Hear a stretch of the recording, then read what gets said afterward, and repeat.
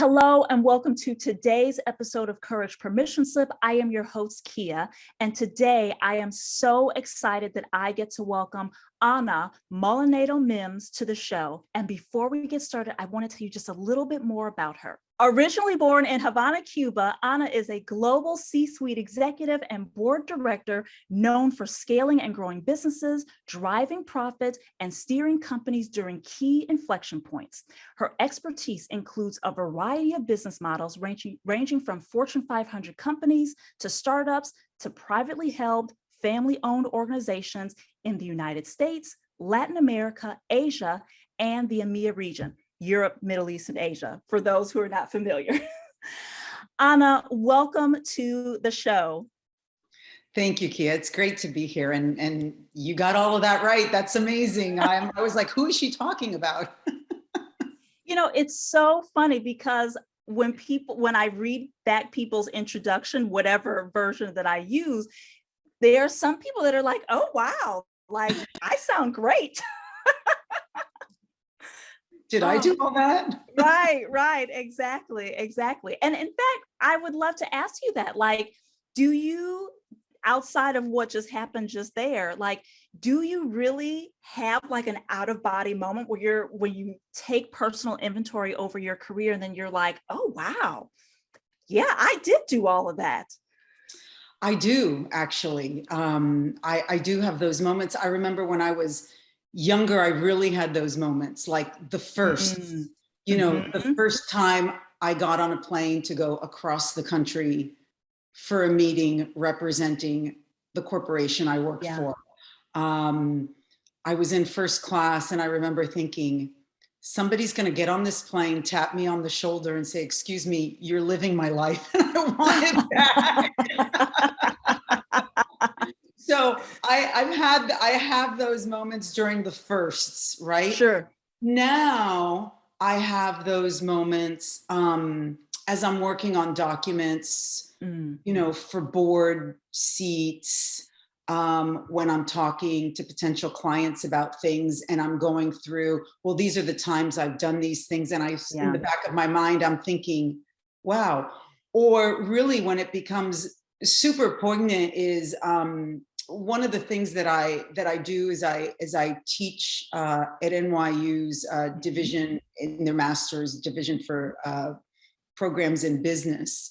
And I teach in the Masters for Integrated Marketing and Communications. And students often, and I often do this anyway, but students often ask, can you give us an example from your own career of that in the chapter or of that case study? And as I start sharing with them, of course, leaving out certain details that are not appropriate to share, but as I start sharing, I start thinking to myself, this is the text coming to life, like my own career, right? And then it becomes, like that's another place where I take inventory going, wow, here's my life coming into the classroom. Here's my career coming into the classroom for these graduate students to make this real to them, to give them an idea of what it's going to be like out there. Yeah, that I love hearing that. And as you were talking about that, or you're just like, oh, like this is happening. And I remember I was having to rejigger my bio for someone, but before I did that, I just did like a quick personal inventory. And I had that moment of like, ooh, wow, like this is going to be helpful for someone, like me sharing these pivots or these things that I've done and these organizations that I've worked for, like that's going to be helpful. And that's going to open the door for someone to ask me a question that they've been, stewing about secretly, as a result of hearing some of the things that I've done and decisions that I've made. Thank you for sharing that. No, thank you for asking. Yeah. So Ana, you and I have talked about this before and, just talked about your wide range of experience and how truly, I said it in your intro, but you truly are a global executive and you have lived so many different places and literally all over the world. And I'm curious to hear from you as you think about that part of your life. Is there a memory that has been particularly memorable for you? Oh, they're all amazing memories. I mean, it's all sort of unique in its own way. The people are different, the locations are different, the cultures, the customs, the impact of the people, the culture, the customs on the business and how you're doing business and how business is transacted. Certainly the fact that I'm a woman coming into those cultures and those environments and transacting in business is always very, very interesting. I think there are always memorable stories around that. And, you know, the more things change in terms of environment, the more they stay the same. You know, the human condition is pretty much the same all over the world. So I think those would be the things that highlight for me, like the differences in culture and the differences in people. And I think that having been raised as an immigrant in this country, I already come with sort of that internal third party kind of mentality to any table that I sit at. I'm automatically sort of looking at all the variables from the other perspective, because I've always been the other perspective. I have no idea what it's like to be in my country of origin. I have no idea what it's like to have a first person perspective. There are minorities in the US that understand that. I don't understand that, because you can relate to that. There's a uniqueness when you're a foreigner somewhere, when you're an outsider to a majority, that however well integrated you are into the culture, the majority always has a unique way of making you feel like you're not a part of it, right? So you learn to work around that, you learn to learn around that, you learn to develop a perspective around that. And actually, part of courage, part of learning that courage is saying, you know, how do I take this and turn it into a positive? How do I take this and turn it into something that I can leverage over and above the people sitting around me, so that it becomes a value add in any room that I walk into, right? So that when I've been working for the Latin American multinational or the British multinational, or I've been in Asia, you know, you can put yourself in that third party perspective because it already comes naturally, and say, okay, let's look at it, let's pivot and look at it from this perspective. And now let's look at it from this perspective, because it's really a way of life. Right. Yeah. So I think that there is a big difference I have found professionally, saying you have international experience, but living in the US and having international experience and actually having boots on the ground in these countries where you actually have to live and work and play and worship, if you will, and transact in a culture, right? And then bring these various experiences into that work environment and do business there. What does that look like? You know, I mean, just hearing you talk about that and talk about, and it, as you said, that's perfectly said, that it's different than just saying, oh, I'm traveling over to, you know, Argentina or London to work for 2 weeks, but actually like living, spending time there. I remember seeing on your LinkedIn that you spent time in the West Indies, like actually being in the culture, living there, experiencing that day in and day out. It really does, like, seems to keep you on your toes, right? Like I have not done that, but it just seems to really keep you on your toes in terms of, okay, like I really have to figure out how to navigate this culture, this working situation from their perspective, not just solely from mine. Exactly. And yes, I did live in the West Indies, which was wonderful. But you're right, it's very different. So just even when you think about the supply chain issues that people deal with in the West Indies, and after work, you go grocery shopping and you're thinking, okay, what happened to this thing that was on the shelf and it's no longer on the shelf and we don't know when it's going to get stocked. Maybe it's 2 days from now, but I need it right now. And it's just not available. Right. Or just things of that nature. And so then when you're back in the US, maybe for the same company, and now decisions are being made, there's a different perspective you have on, you know what, that's not going to work. And let me tell you why that's not going to work. Right. And you just can't force people to make it work. And here's why, because there's a different set of realities. So I think that those experiences add value to an executive that can bring that onto a board, that can bring that into a C-suite situation.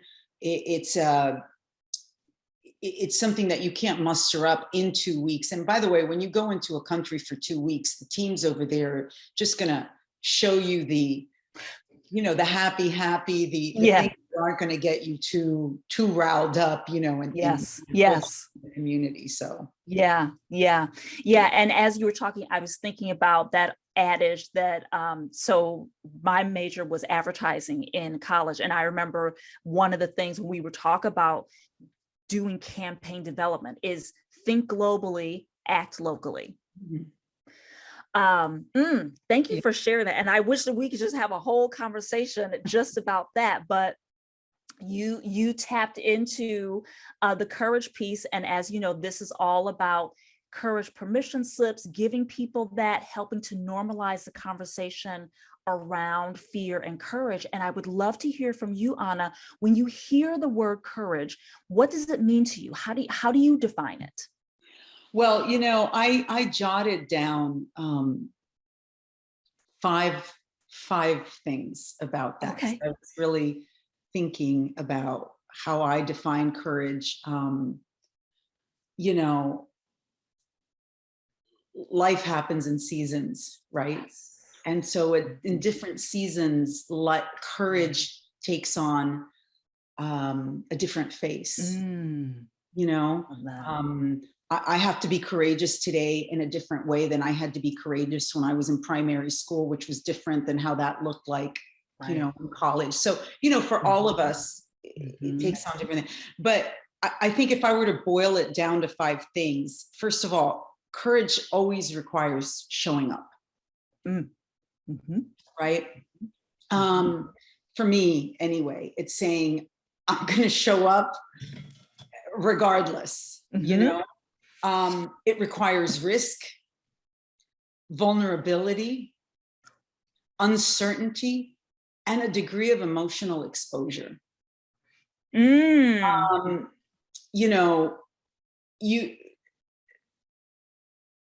People are watching, even when you think they're not watching, or even when they say they're not watching.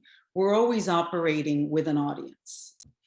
And that audience is typically people that want to be, they're always detractors, but I mean, on the good end of it, they're always people that want to be mentored by us, or people that are looking for mentors and are looking for examples of what way should I go, right? Who are the people worth following out there?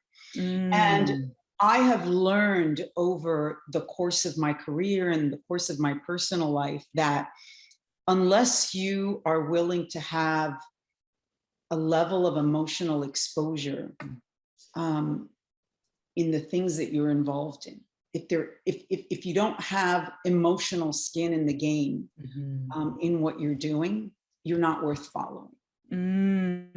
There's no courage in not having your heart involved. If there's no passion, it's not worth doing.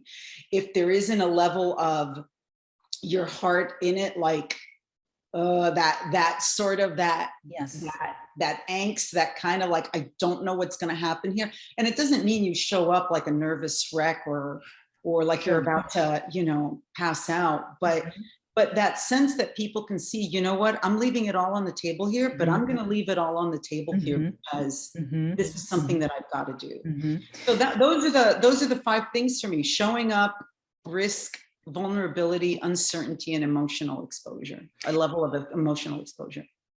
I really, really appreciate you breaking it down like that. And I really love your last, I love all of them, but I really love that emotional exposure, because people are intuitive and they can tell if you're going through the motions or if you are really bought in to what's happening or what you're doing, right? And we see that with leaders, we see that with people at all levels, but also in other aspects of your life. You know that if you're just going through the motions, like, oh, well, okay, I just need to be here and do this and check the boxes, people can feel that, right? They can feel that you're not really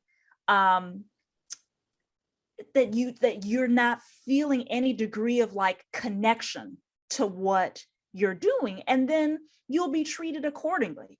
And so I think, but especially as leaders, that's really important to have that, because if you're not showing up in that way, the people that are, as you said, that are following you, that are, that are reporting to you, or that are surrounded by you, having to work with you in some way, shape, or form, they, there is going to be that level of skepticism about what you're doing, how you're doing it, how you're showing up, if there isn't that some level of buy-in, right? You said it doesn't have to be like full Monty over the top, but if there isn't a degree of it, people will be able to tune into that.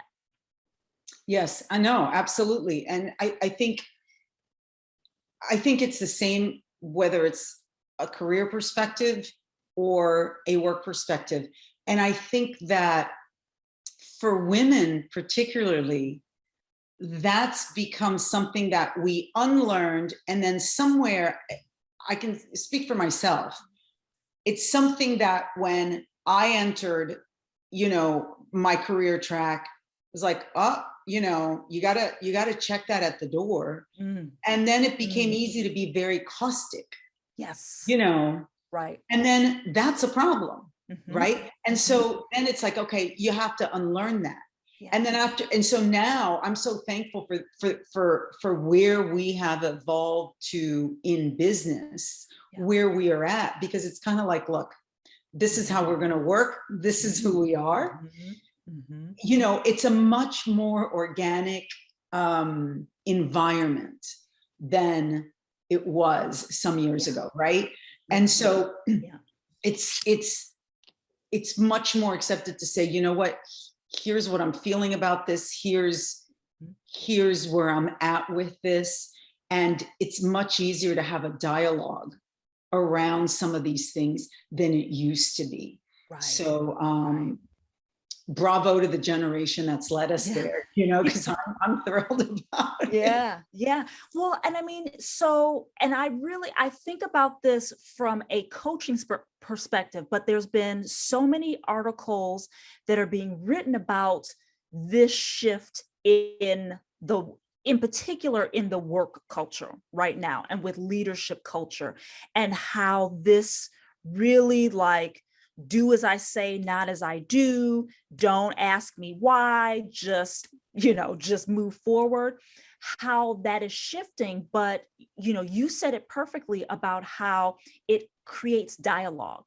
And I think by taking that more curious approach and that honest approach of saying, here's what's coming up for me, right? I'm not saying that everyone has to think this, but that diversity of thought, that diversity of opinion and lived experience and what you're bringing to the table, that can bring forth really incredibly creative and innovative solutions for the issues that a team or a company are facing in today's world. So I too am very glad that is the shift that is starting to take hold, because it can make way for innovation and, quite honestly, more psychological safety in the workplace if you feel like that is welcome, Mhm. of sharing your perspective to a situation. Absolutely. And look, if you want to look at it from just a pure business perspective, which we shouldn't, because all the points you brought up are more valid, really. But from a pure business perspective, your customers are sitting in the office with you, your employees, Yes. Yes. right? Mm-hmm. And if you can create a culture and a situation where you can connect that way with your customers, Mm-hmm. that's a win-win, Yeah, right? absolutely. Absolutely. So, yeah. Love that. Love that. So Anna, thinking about courage permission slips and the shifts that we make in our lives, I'm really curious to hear from you. And I'm sure you have an amazing, beautiful story or stories about this, but how did giving yourself permission to be courageous shift your life? Well, you know, there are times in our lives where we say, I've been thinking of that. I think I'm going to give myself permission to do that. I think I can do that. And you Mhm. go and you take the leap and you do it. Yeah. There are other times where you find yourself in a situation where if you don't do it, you just, that's it. You're not going to progress any Yeah. further. And I sort of found myself in that place just through personal circumstances. Mm. Sometimes life takes a turn Yeah. and you say to yourself, okay, I'm in this turn. I didn't cause the turn, didn't create the turn, didn't want the turn, didn't know the turn was coming. I'm in a turn. Um, so it's going to take a moment for this to happen. So what am I going to do in the meantime? Like I've got to, and so I took what I had, which was all of this wonderful background that I was able to build in partnership with a lot of great mentors and Mhm. partnership with a lot of hard work and all of that. And I turned it into this company that in June will be 12 years old. I've renamed, Congratulations. thank you. I've renamed it since, but it took heaps amount of courage and tears. And I can't even begin to tell you, starting a company abroad, which is what I did, is very different Mm. than starting one here in the US. It's not like we're going to hang up a shingle and off we Right. go. Right. In some countries, you're required to have hundreds of thousands of dollars in the bank in a business account before Yeah. you start business. Yes. You need a board of directors that are all local Mm. citizens. Mm-hmm. You need certain things met with, work papers and all kinds of, proper corporate things that you might expect from, a regular corporation here in the US. Mm-hmm. Some countries don't make it easy for you to start Mm-hmm. a proper business as a foreigner. But I was very fortunate and very blessed to be able to, meet the criteria and Yeah. just forge ahead. Right. And so when I repatriated back to the US and sort of rebranded that Mhm. company, then it was another, what am I going to give Mm. permission slip to myself to do with this? Do I want to Mm. continue to do this? Am I going to continue to do this in the same way? And it was, it's very easy to then lean back on what I used to do and what I knew, but I thought, I'm not that person anymore. Yeah. And I Yeah. actually enjoy being in this space doing this, but I'm not quite doing it that way anymore. So what does that mean? And that Mhm. required sort of Mhm. a pivot of the focus of the Mhm. business and a pivot of the focus of the kind of clients I was dealing with and, working with. And even just recently in the last 8 months, I've had another pivot, Yeah. an epiphany, really an epiphany that you'll probably appreciate, and your audience who are women. So I've spent 12 years as a fractional CXO to startups in the tech world, mid-sized companies, right? So recently, I joined a group of female CEOs that I was introduced to. And just before I was interviewing to become part of this network of women, I was sitting around thinking, I said to myself, I've been actually sitting with these folks for 12 years, pointing out, here's what's not going right, here's what's going right, here's what, and sort of helping them helm and steer and transform and grow and all of that.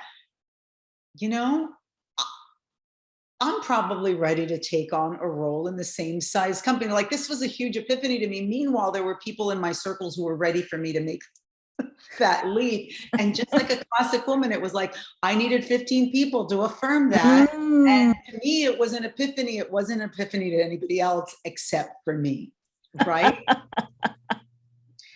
So, Ana, can I ask you, what made it hard for you to accept that? And honestly, that's what I was thinking as you were talking of accepting that we change, accepting that we evolve. But to interrupt, I'm curious to hear, like, what made it hard for you to accept that you were ready, right? That you needed that validation or affirmation from others? What's funny is the same thing that made it hard to accept is the same thing that got me over the line. And this is what it was. I was having conversations with people in my network. Yeah. And just, sharing, here are the 3 things I'm looking to do. Boom, boom, boom. Like, I had it down. Here are the 3 things I'm looking to do. Boom, boom, boom. And a few of them followed up with, I know a Fortune 500 company that has a great VP role open that I can give your name to. And I'm thinking, okay, that's not one of the 3 things that I was talking about, right? So that would make me question, like, this person has known me, my career for a while. So that would make me question, right? It would make me question that, right? And so that happened enough that I started thinking, okay, maybe I've not thought this through well enough, right? But then it was one final conversation where I was having with someone, and they were actually picking my brain on an operational issue because they were thinking of going one direction. And I said, I said, if I've heard you correctly, you want to arrive at X. 1, 2, and 3 is not going to get you to X for these reasons. However, if you do this, this, this, and this, that will get you to X, but it's going to require you to shift here, shift there at these inflection points. Total things that you can only do if you've run an organization, if you've run a company that size. They thanked me. We're close friends. They thanked me. Then a week later called me back to see if I was interested again in a non-C-suite role in another organization. And I have to say, that ticked me off to no end. That ticked me off so much that I said, you know what? No, ma'am. I was like, no, that's it. I know. So that's that tipped me over to say no. Like, I just sat there and gave you, COO, CEO advice on what you needed to do with this thing to get you to this place. And you're going to go present that to your board of directors. And you're telling me, no, no. We have arrived at where I need to go next. And that's the same thing that like made me question myself, that also said, no, because, I thought to myself, I have had men on teams of mine that are only at director level. I don't say only like it's a small thing, it's not, but at director level, thinking their next step is going to be CEO somewhere. And I'm thinking, women don't think that way. Why don't we think that way? Yeah, right. We don't think that way. Why not? We should. So Mm. that's what got me like, Wow, that is, and yeah, sometimes it takes those, and not to say the doors were being closed for you, but it was like people were trying to, instead of keeping you on the main path, they're trying to move you off to the shoulder, and you're like, no, that's it. That's right, it. right, No, we're not doing this. We're not right. I doing was like, this. I am not stuttering about this anymore. Yes, yes, right. Did I stutter? Ooh, that's so good. I mean, I'm not glad that it happened, but I am glad that it happened because it helped you to it Absolutely. helped you arrive at that decision. Yeah, Mm, absolutely. And you know what? Here's the honest truth about it was that in none of the conversations was there any malice intended, sure. because I know these folks, and there hasn't been a time in my career where they've called me or I've called them and there hasn't been mutual help or mutual understanding. And I'm not even sure that they're aware Mm, that that's mhm, actually what was mhm, happening. mhm, Because again, mhm. some of this is so ingrained, Yes. Right. Right. right? So, Yeah. yeah. Yeah. For men and women, right? Like these, you know, ways of thinking, Yes. implicit bias, gender roles or assumed gender roles, and how women operate versus how men operate. And yes, and it happens at every level of the stack. So, yes, I mean, there are all these pieces of programming that we're all trying to fight against, just as you were talking about the way that leadership thinking is changing, work culture is changing. It's something that is it has to be such an intentional, like on purpose way of walking and thinking and talking and asking for things. Yes, Yeah. absolutely. And Mm, that's, and you know what? That requires courage to absolutely. ask for that. And that takes risk. Yes. That's where the risk part comes in. The other person you're speaking to may not react in the way you want or Right. need, right? Right. And so you have to keep showing up. You have to keep, Mhm. okay, we're going to tick that Mhm. off. We're going to move on to the Mhm. next. We're going to tick that off. And Mhm. we're going to move on to the next. Mhm. Mhm. That is so rich, so rich. So, Anna, as you said, like these things require courage, and the opposite of courage is fear or, being scared. And I'm curious to hear from you. Do you notice any fears popping up for you now? And if so, what are they? Oh my gosh. All the time, Mm, all the time. mm, Um, there's always a fear when you want to step into something that's bigger or you mm. feel is bigger than what you've done Yes. before. There's always a fear in stepping into some place you've not been before. um, when I look at the trajectory of my career, I've been in numerous industries. Industry for me is agnostic. What I do within an industry is what my expertise is. Mhm, And mhm. so whenever I look at a new industry, there's a fear there. Okay, there's going to be the piece of learning the actual industry, which is not the same as if I'm trying to learn what I need to do for them. That would Mhm, really be bad. mhm. But so there's a piece of that. There's always the fear of delivering, meeting the expectation. I mean, I think that here's, Mm. and I tell my daughter this, fear is a reminder you're alive. Ooh. Mhm, It's mhm. not, it's supposed to remind you you're alive. You should stop and assess it because some fear is healthy. If you're in a dark alley and you start sensing fear, there could be a reason for that. Stop and Mhm, assess it.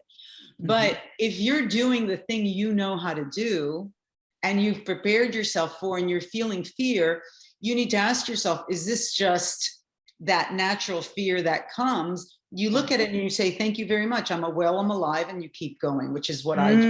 Okay, Mm. I get it. I'm alive, right? Mhm. There have been times in my career that I've been placed in charge of regions in places that I've never even traveled to, where I get off of a plane and I don't know a soul, and I'm supposed to expand footprint there.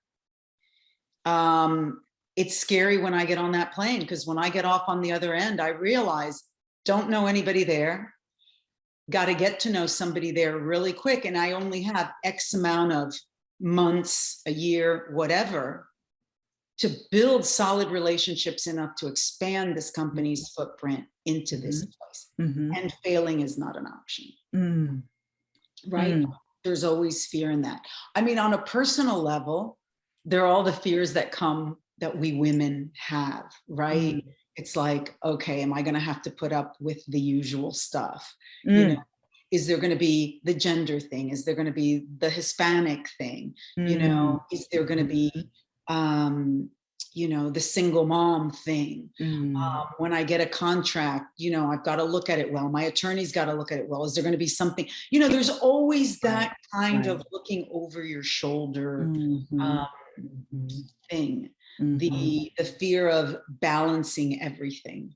You know, all of the things that come with life, because it's nonsense to think, you know, my career's in this box and I've got that separated from the rest of my life. It's all, you know, it's all one life. Right. And we're all balancing everything all at one time. And so sometimes it collides. Yes. Right. Well, you know, and I think the pandemic has really broken that separation of life and work, right? Our careers are part of our lives, but we, as a culture, at least an American culture, we have tried to put the two in very separate boxes. And in fact, I remember there was a coaching client who had hired me years ago, and she said, okay, well, I just need help with figuring out my career stuff. I don't need to do any life stuff. And I was like, oh, oh, you think that the two are separate? Because oftentimes what is happening in our lives, the fears, the doubts, those imposter feelings that we have, the feelings of not being enough, those fears, those feelings that we have just as general human beings having a human experience, that does impact the decisions that we make and don't make in our careers. Right. It impacts how we show up at a table, or if we're going to show up to the table at all. No, that's absolutely right. And so, but the pandemic again has really showed us that there is no separation, right? And we're all doing the best that we can in any given moment to navigate life between the two kind of aspects. But yes, they are all integrated. It's all integrated, and you can't make a decision in one that doesn't impact the other. Absolutely. Absolutely. And I think along with the thought of the pandemic is the use of technology, like we're doing right now, has connected us even more. So that opportunity of, I'm in your living room, you're in my living room, you know, you're taking the call from your home office, or you're taking the meeting from your home office, or we're now having a group meeting and you're sitting in your car because it's the quietest place that you can find.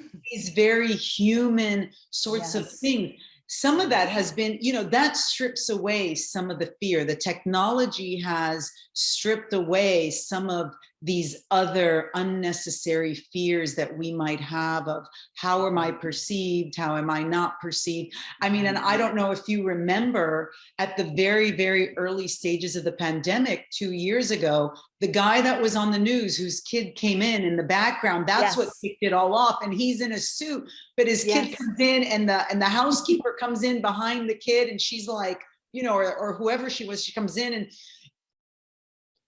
I thought it was, that's what kicked it all off. And he was just like, but the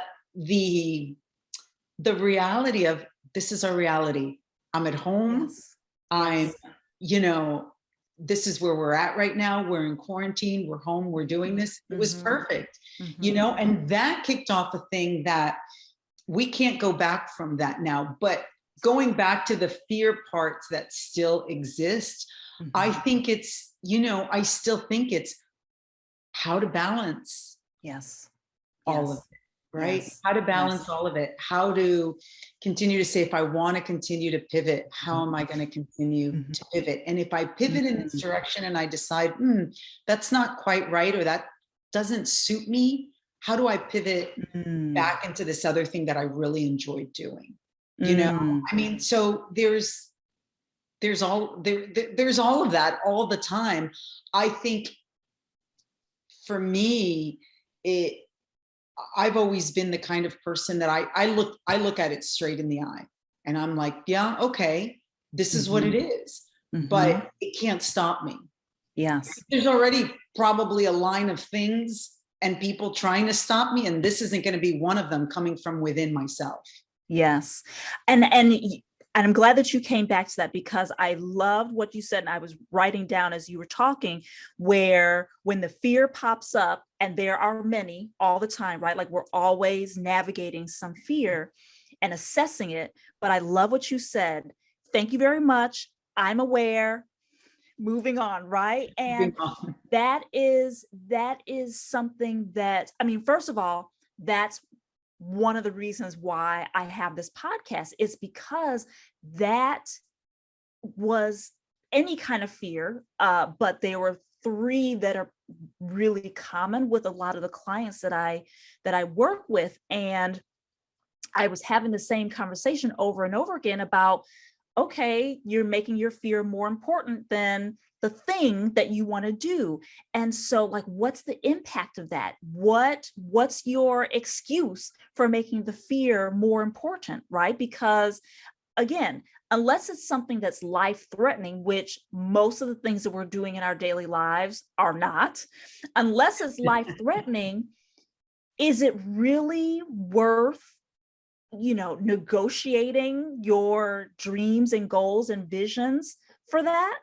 Right. So I really love that you shared that, because once we can name the fear and shine a light on it, that's what takes the power away from it, not gives it more power. The fears thrive in darkness. They thrive in the, you know, when we keep it locked up in our heart, and then it grows and takes over everything. But when you can name it and say, I see you, and shift your relationship with it, to see it as a helper as opposed to a hindrance, that's when you're able to move forward. So I love that you said that, and that you look it in the eye. Absolutely. Look, there's and this is my faith is important to me in all throughout all of these things, but there's a scripture that says we walk by faith, not by feeling. Right? So it sort of doesn't negate the feeling, which is important, but it puts it in its place. Yes. And so it's like, I'm not going to let a happy laugh attack keep me from showing up to a meeting on time, on the positive side, any more than I'm going to let a panic attack or fear stop me from, right, on the other side, from doing something that's important for me to do to get to the next level, right? You know, I walk by faith, not by feeling. Yes. So whatever the feeling is, whether it's wonderful or it's terrible, that's not the thing that's going to be in lead. I'm going to deal with it. I'm going to acknowledge it. I'm going to do what I have to do with it, but it's not the thing that's going to set the tone for whether I step into the next thing that I need to step into. Ana, one thing that came up that I would love to ask you, I have a feeling I know what the answer is, but I'm going to ask it anyway.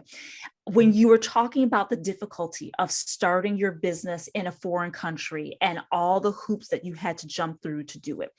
And I remember I heard Steve Harvey was talking on this clip was put on a podcast that I listened to, where he was saying, if you knew what you were going to be up, and I'm paraphrasing, if you knew what you were going to face, if you knew what you were going to run up against, you wouldn't do it. And so I'm interested to hear from you. If you knew all the hurdles, all the tears, and the frustrations that you would face starting your business in another country, and then having, as you said, to repatriate it here in the States, would you have done it? Do you think you would have made the same decisions? Yeah, that's a really great question. Yes, I would have.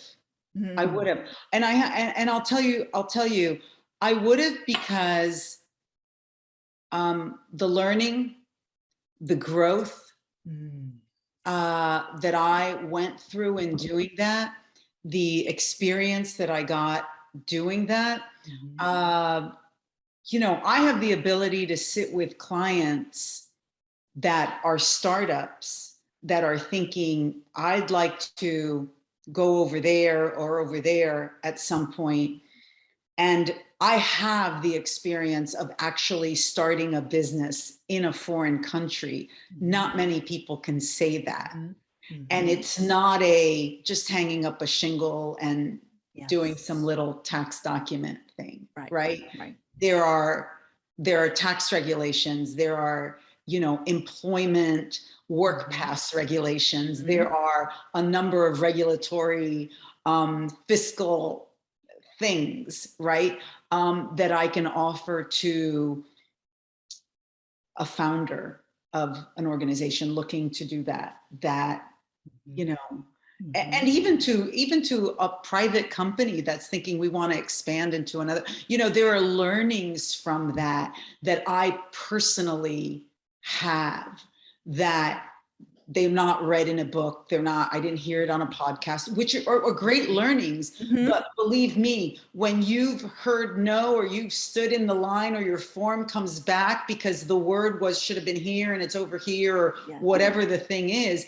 And not only that, but now I know who the accountants are and the attorneys. And I don't have to go find them like I know who they are. There is value in that. And not only that, that experience was my first experience after my corporate life. And so while in my corporate life, I was an intrapreneur, that was the first time I was an entrepreneur. It was the first time I had to pivot in that way for myself. So I wouldn't give that up for the world. And it also showed me how to turn on a dime in terms of addressing the market. So when I started that business, I definitely thought, you know, this is what my clients are going to look like. This is what my clients, you know, are going to want. It wasn't like that at all. I mean, I thought my clients were going to be Western companies. I went out and I joined the right business organizations. I was on the board of a couple of organizations.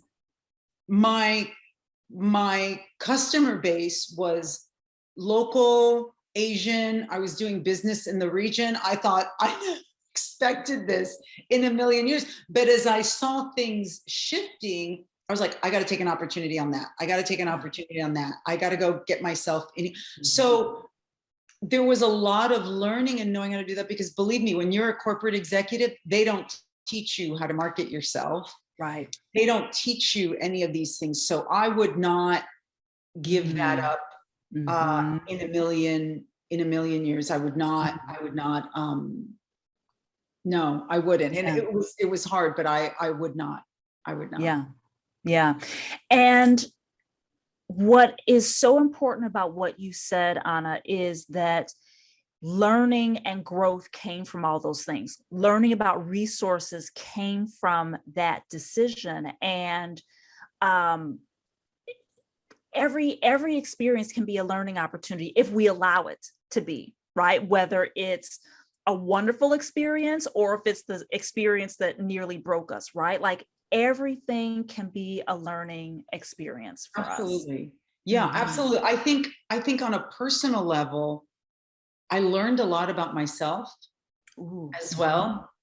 I learned a lot about the kind of leader I wanted to be in this new sort of Ana 2.0. I learned about the kind of life I wanted to move forward having, you know, and it no longer really became easy to interview for those corporate roles anymore. And believe me, I did a couple of those interviews, and I remember thinking, the toothpaste is out of the tube. I can't go back. Can't go back. I can't really do that way. Sure. If I go back to do that, it's got to be something really different. It's got to be in a different kind of environment, which is why my focus has, you know, my focus then was, again, startups, mid-size, family, and that's what my focus has remained. Even now when people ask me about, you know, board seats, I know everybody's chasing the public board seats. Great. It's not even what I'm looking for. I mean, I'm always talking about the startup boards. I'm talking about, you know, the private company boards, a place where you can really make impact, you know, have impact, get, you know, bring value. Public boards are great, maybe someday, but that's my area of interest because it's really where I found my passion. So no, to give that up would negate like all, that's kind of the foundation of how I got where I'm Yes. One question that I want to just pick at a little more. You said that you learned a lot about yourself. What would you say in that process? What would you say is your biggest, or had been your biggest personal learning from that experience of starting a business abroad?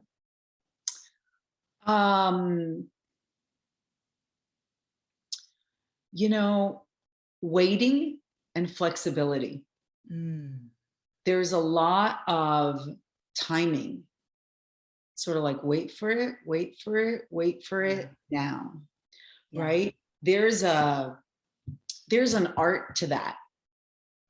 There's a science to it, sure, but there's an art to it as well. When you are, when you have a big brand backing you with a lot of money,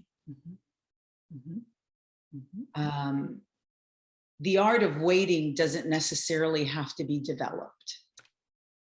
Right. Because you don't necessarily have to wait, and you don't necessarily have to have a number of things as honed because people are coming to you. You've got this big brand behind you, right? When you don't have the big brand, right, or the multi-million-dollar budgets or whatever, there's you know, there's a core level of who you are that you have to have developed in your skill set and what have you, that you have to have developed or develop it.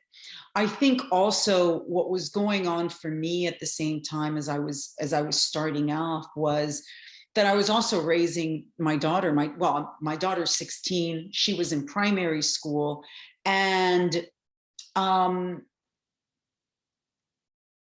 the things I learned from being a mom taught me to be a better leader. Taught me to be a better business person. Also, my daughter has learning differences. Being the parent of a child with learning differences is different. Raising a child like that is different. Being in tune with them is somewhat different. I've also found over the last 12 years that it has made me look at and interact with my clients' employees differently. I'm able to see things and be more sensitive to things in other people's lives than I ever was before. I am a much better person because of her in that regard. So, you know, I have sometimes walked into clients' environments where restructurings were needed or any number of things were needed. And, certain assumptions have been made maybe about employees or their roles or whatever. And I always like to come in and assess. I don't like to just take other people's assessments. I like to come in and say, Sure. okay, do we have the right people and, Mhm. the right places and this and that or the other? Mhm. And there have been more than 2 or 3 occasions where I've said, you know what? This person that you're speaking of here, let me actually tell you what I think is going on here. Mm. Mhm. I think they're actually the smartest person you have on the team, but they need to be recast over here because if we really take some time to talk with them, they're actually not processing the information the way everybody else is, which is why Right. they're coming across this way. And it's a Right. mistake if you move them, or it's a mistake if you fire them, or it's a mistake. Yeah. And my recommendation is we don't do that. And so there have been a number of occasions where people have actually gotten promoted and moved into other roles because I've come in and I've seen something Yeah. Yes. as a result of being my daughter's mom. Yeah. The same thing has happened Mm. teaching, where I'll be teaching and I'll notice something on somebody's face and I'm like, uh-oh, Yeah. right? Right. And Right. so I'm very thankful for that. So I think Mhm. those two things Mhm. happening at the same time for me in my life were sort of like that perfect storm to sort of Right. continue to grow me and hone me and make me sort of that person that now sits here and says, you know what, I think I can do and I have done and I am going to continue to do this higher level work. And I don't want to do it Yeah. that other way Yeah. anymore. That Yeah. doesn't suit me anymore. And it feels scary to say that, I have to say, and it feels risky to say that, but Yeah, but this is what's needed. This is what's needed. And what I heard as you were talking about your own lived experience, but then also what you are seeing take place in the work environment. This is why the diversity, inclusion, equity, belonging conversation is really, really important, because there is neurodivergence. There are people who cannot process information the way that, um, you know, this isn't the right word, but you know what I'm saying, like like the regular. rest of us do. Right, right. And there are assumptions that are made that everyone processes information the same way, that we all have the same experience in the workplace, and that is not true. And the more, just as you said, like coming in and observing and having conversations with people and assessing for yourself, but being able to do it with that lens from your own lived experience, from being abroad, from having a child with learning differences, being able to take that in helps to make the world, not just work, but communities better, because we're not coming from it from a very selfish, well, everyone's like me kind of perspective, because that is where, you know what they say about assumptions, right? And there's so many assumptions that, um, that take place in dominant culture that we've just been so used to just slotting into. And this is why having courage and speaking up and saying, hey, what if we did it a different way? Or as we were saying earlier, like this is my experience, this is how I'm taking this in, how does that land, right? And taking a more curious approach, as opposed to, nope, this is the way that we've always done it, let's go. Yeah, no, absolutely. I mean, and look, I think that all of that requires courage, because the number of women, executive or not, that are raising kids, Yeah. that are out there showing up, taking Mhm. risks, Mhm. showing up for their kids, showing up for themselves, you know, being those role models for their daughters, for their sons, saying, you know, I'm here for you. I'm giving you the best, but I want you to see that I'm also doing this for myself, you know, because that's the other thing. It's like, you know, my daughter is watching me. She has to see that example of mom who wears the different hats. Like, I'm not just this and I'm not just that, but I'm all of these things as well, because someday you're going to be an adult female and you're going to have all these hats to wear as well. Yes. Right. Yes. And you will feel the fear and you will feel all of these things, and it's normal and it's natural. So, yeah. Oh, thank you for that. So Ana, you talked about, you know, you have the anniversary of your business coming up. You've been going through this evolution of your own. And I'm curious to hear from you. Where are you now needing to give yourself permission to step out of your comfort zone? oh my gosh. I think I need that permission every day, honestly. To be frank with That's you. why we're I here. mean, yeah, you know, I have to say, where am I? I think still with that, you know, I'm sort of chatting with a number of folks about, you know, when I lived abroad, and even when I was in the US before, I was out of the US for 10 and a half years. So I was abroad in Europe and in Asia for quite some time, and had the opportunity there to serve on some really great boards and have really good experiences. But when I came back at the end of 2017, didn't really focus on that part. So now I'm focusing on board service again.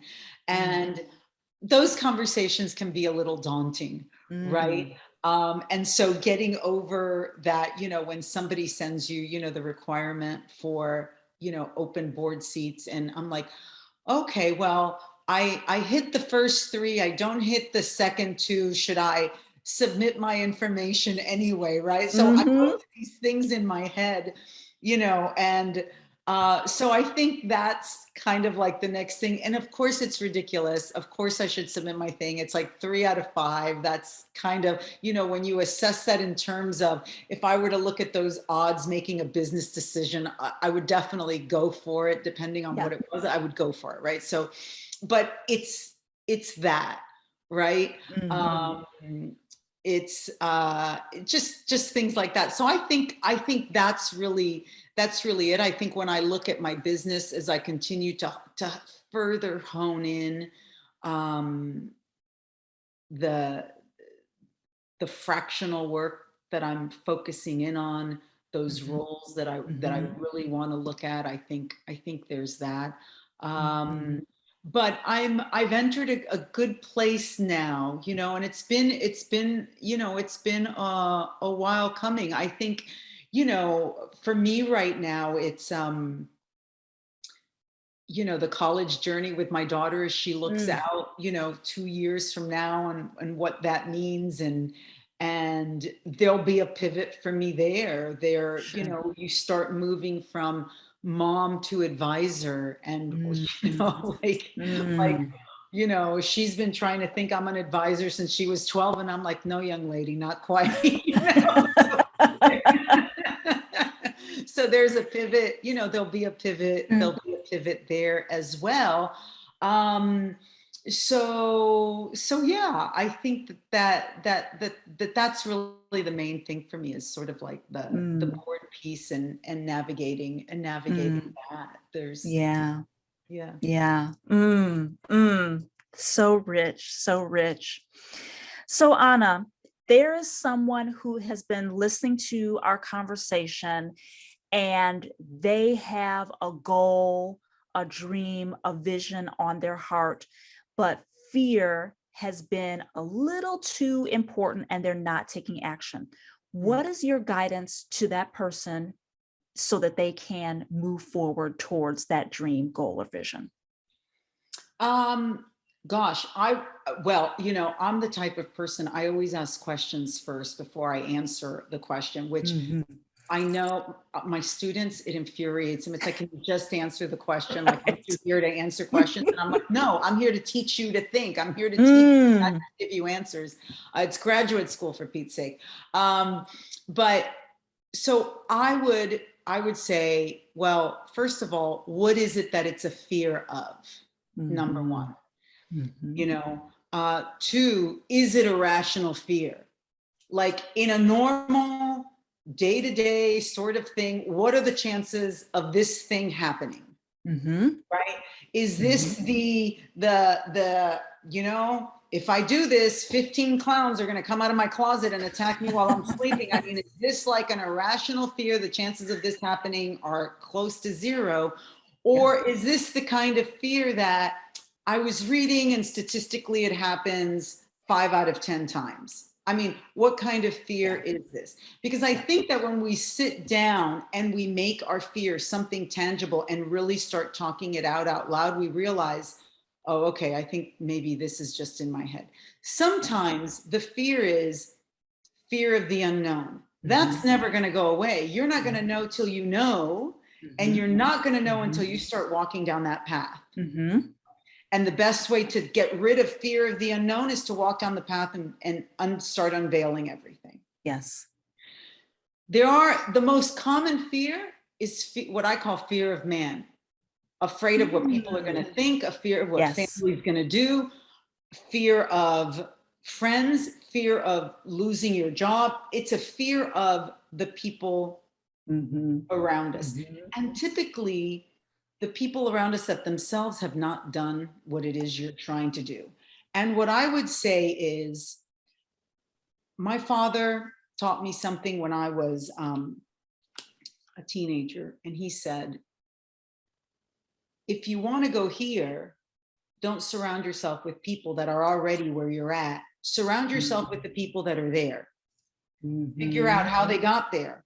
Talk to them. What got them there, right? So do that. Start surrounding yourself with different people and watch the fear go away. Yes. You know, don't surround yourself with people that have not done what you're trying to do. Surround yourself with people. That's what I would say. The other thing I would say is then go back and assess your goal. What is it that you're trying to do? Because as an example,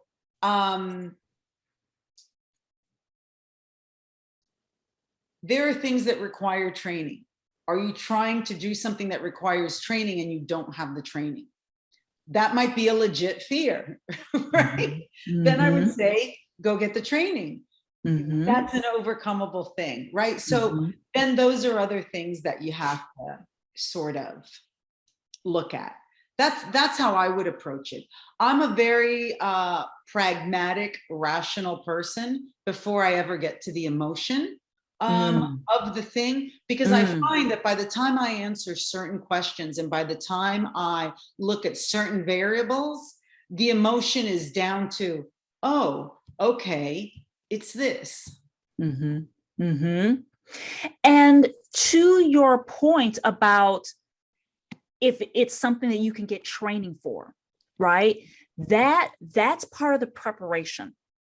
And that preparation is the thing that can break down those fears of, well, what if I fail? What if I make a mistake? Well, that's all part of learning, but your chances of making a mistake are significantly reduced if you've done that level of preparation. If you're stepping into something that, or if there's something that you want to do that's not an area of expertise, it's not something you've ever done before, well, then to your point, you're going to surround yourself with people and things and resources that can help answer some of those questions. But that preparation can be a great way to take the temperature down on that fear. But one thing I want to add to what you said, Ana, about getting clear on the goal, right? Like assessing the goal, what is it that you want to do? And one thing that I like to share with people, and I'd love to hear your thoughts on this, is to also connect with your why. Because when you know what is the driving force between the what, that can be the thing that helps you to tune out the man piece, right? That helps you to tune out what other people are going to say, what they're going to think about you, because you're like, well, this is what I want to do. And I feel so strongly about this. I don't care what you have to say, right? Like this isn't your dream, it's my dream. So I'm going to move forward. But when you can have those two pieces of the equation figured out, that can make it a little easier as well to move past that fear, not make the fear as big of a thing. What do you think about the why piece? I think, look, the why is important. That brings me back to where we started, I think, with the passion. Yeah, right. If you do what you love and what you're passionate about, the money's always going to be there. The success is always going to be there. I also would caution something. You said something about the preparation tied to that, which is if fear of failure is part of it, then it's not a legitimate fear. And I'll tell you why, because part of the equation of success is failure. Absolutely. There is nobody that has achieved any level of success that has not failed. Yes. And I can tell you that if you do not have a story of failure at least a couple of times over, your leadership, I don't want to say it's not legitimate, but I would probably say it's a little tough to learn from, because it's not. It hasn't been battle tested. It hasn't been battle tested. Then your leadership has not been battle tested. And it's a very common interview question, whether you're being interviewed by a journalist or you're being interviewed by a recruiter or somebody in HR.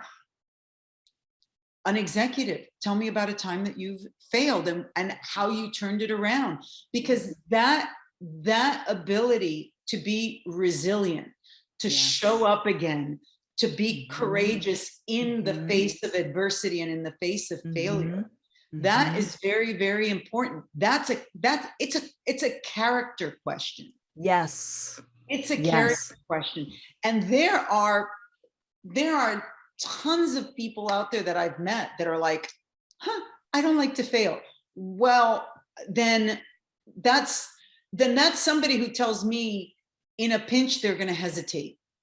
Ooh, yeah. Fail. And guess what? In a pinch, you can't have people that hesitate, right? Yes. In an emergency, in a true emergency, and there are business crises where people have to know that they know, and you can't have them hesitate. Yes. Right? Yes. And so failure brings a lot of great learnings, and we've all of us who have ascended to any level of leadership, whether it's governance leadership or whether it's C-suite leadership, have with legitimate leadership have had that level of failure where you can look back and go, I really blew that, and this is what I learned from it. And what's worse is that then I really blew it again. This is the other thing I learned, from it. And that's critical. So there are a couple of fears that you can just take off the table, like fear of failure. There's fear of preparation that you can take off the table by preparing yourself and surrounding yourself with the right people. And then there's just the natural life stuff that gets in our head that you just got to look at and go, all right, well, that doesn't make any sense. There aren't any clowns that are going to jump out of my closet. Because that's just not going to happen. Whatever the thing is. And again, that just goes back to what we were saying earlier about being aware of the fear and taking it from swirling in your head to writing it down so that you can look at it and say, oh, that's what I'm afraid of. Clowns jumping out of my closet. Okay, no, that's ridiculous. Right. No, not to interrupt, but real story. I mean, I mentor a number of young women. Not a lot. I mean, you don't have time to like a slew of it, but a number of young professional women. And, one of them, we'd sort of been working across the trajectory of her career. And one of the things that we had talked about was, okay, you need an international assignment now. Like you've now come to the point where, yeah, these last 3 roles were great, but unless you jump to an international assignment now, that next leap is not going to happen. And here's why. All right. So lo and behold, the international assignment offer comes. Great thing, whatever. You know, she calls me for advice, and she's kind of, there's a fear of taking the role. Some fears are legitimate, but when I start asking my infamous questions, we get down to the, oh, and I just met somebody thing. And I said to her, I said, you know, I am not the one for that conversation.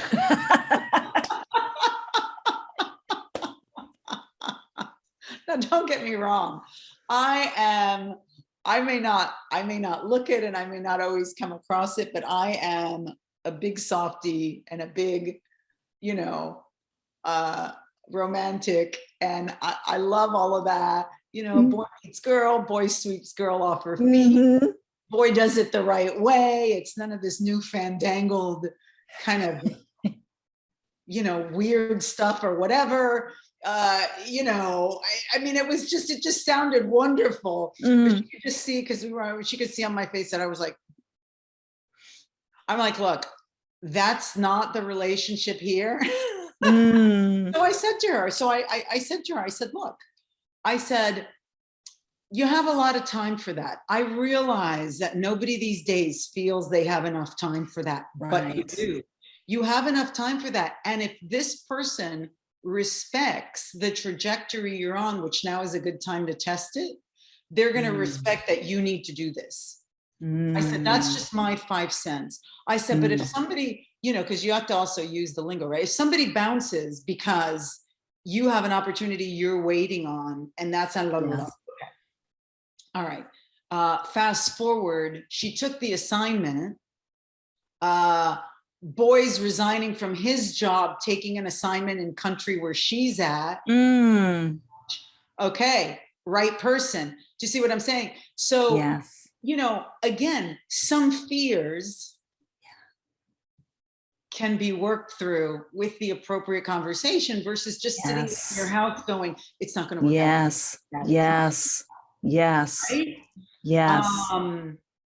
And so you just have to sort, and I'm that kind of mentor where I'm like, okay, we're going to talk about this, and I'm going to give you the for real on this situation.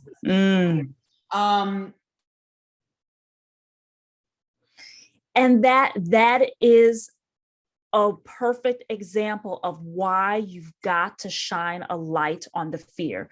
It is going to thrive in silence and the private spinning out, but until you can say, hey, this is what's on my list, then and only then can you solve for it. And that starts with a conversation. And you know what, don't get me wrong, it's legitimate.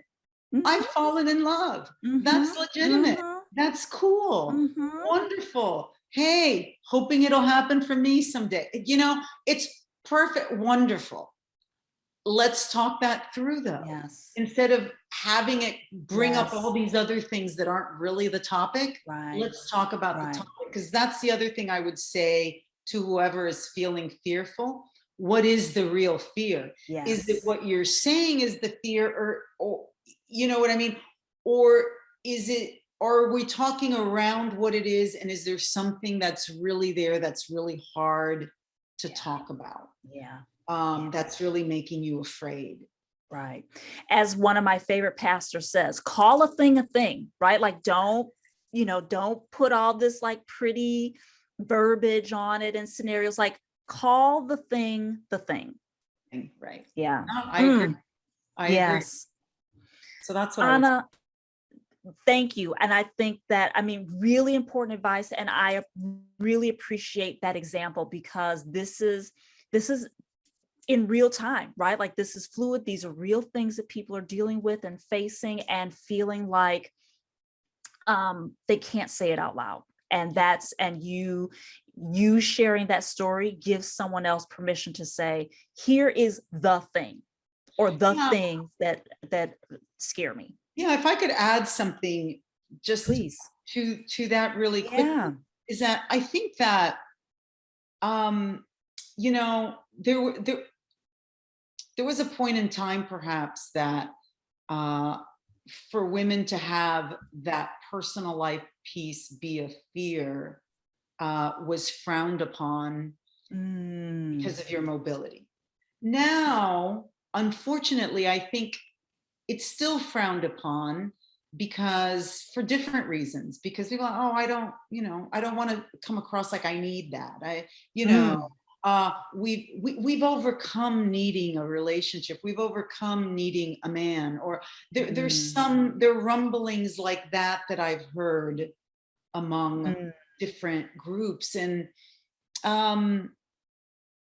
I don't know that we overcome needing uh, mm, one another, uh, mm, that we mm, overcome needing these basic human things that we mm. were created to want and Yeah. need. It's not a weakness, it's actually a strength, right? Yes. With the right person. I mean, look, Yeah. the wrong person is not a strength in any sense. You're right. The wrong person is never a strength, right? But the right person is a strength.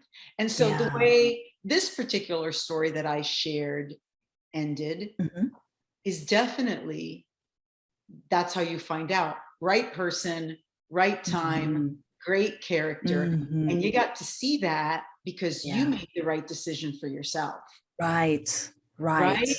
And so Mm. there's no shame in saying, Yeah. I'm a human being and I don't want to just be focused on work. That's so Yes. narrow, right? Yes. I have all these other things in life that I want to be involved in. Yeah. And Mhm. so what are those right things that fit in with these other things that I'm Yeah. doing? And so I think it's important Mm. to have those open Yes. conversations with yourself and the Yeah. people that are close to you when you're making Yeah. decisions. Yeah, I really appreciate you adding that on, and that's such a really beautiful way to end that we don't overcome the need to be with other people. No, Yeah. yeah. Mm. Anna, I have enjoyed this conversation so much. Thank you so much for being a part of this and sharing so many rich experiences and guidance. Thank you so much for being on the show. Oh, thank you for having me. It's been my pleasure. Thank you for asking me. I've loved the conversation as well. It's been wonderful. Thank you. Thank you. Thank you. Thank you. Anna, for people who want to connect or learn more about you, where should they go? Oh gosh. So LinkedIn, my name is there. So Ana Mollinedo Mims on LinkedIn is a good place. My website has some information, anamims.com. Yeah, that would be the two places. Perfect. Yeah. And I will include all of Anna's information in the show notes so that you can reach out to and learn more about her. Again, Anna, thank you so much for your guidance today. Thank you. Thank you. And thank you for tuning into this episode of Courage Permission Slip. If you found us on YouTube, please make sure that you like this episode and subscribe so that you will be alerted when new episodes are available. And if you found us on your favorite podcast platform, please make sure that you rate and review so that others can find and enjoy this content as well. That's it for today's episode of Courage Permission Slip. Make sure that you are making your dreams and your goals more important than your fears. And until then, we will see you on the next episode. Bye now.